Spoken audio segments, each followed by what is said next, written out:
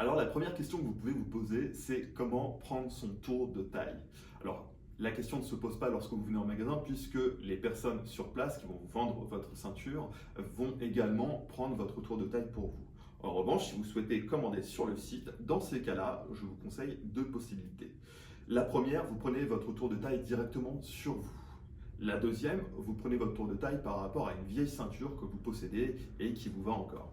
Alors comment prendre votre tour de taille sur vous? Je vous montre. Pour cela, vous devez vous équiper d'un mètre ruban.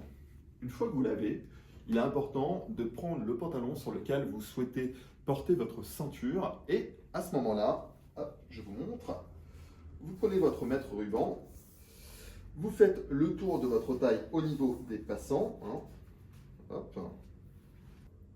Vous voyez le tour de taille qui apparaît. Alors, la deuxième solution, c'est prendre vos mensurations à partir d'une vieille ceinture.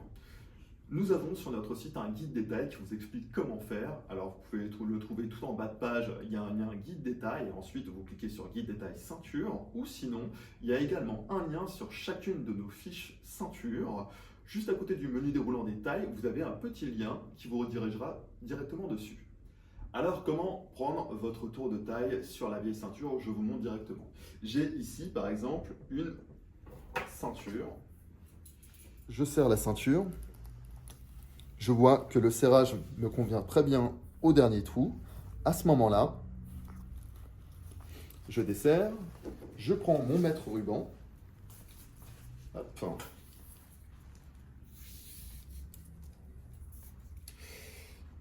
Et je vais prendre du dernier trou sur lequel mon ardillon était fixé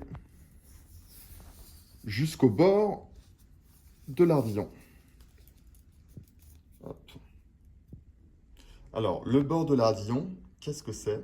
Le bord de l'ardillon, c'est le début du côté bombé. Voilà, juste au-dessus de mon doigt. Alors, à noter, il est très important de prendre vos mensurations en centimètres et non en pouces. Petite astuce également, si vous n'avez pas de mètre ruban, dans ces cas-là, vous prenez une corde ou un cordon d'alimentation de portable par exemple, vous prenez votre tour de taille et vous mettez une marque avec le stylo au niveau de la jonction de la corde ou de votre cordon.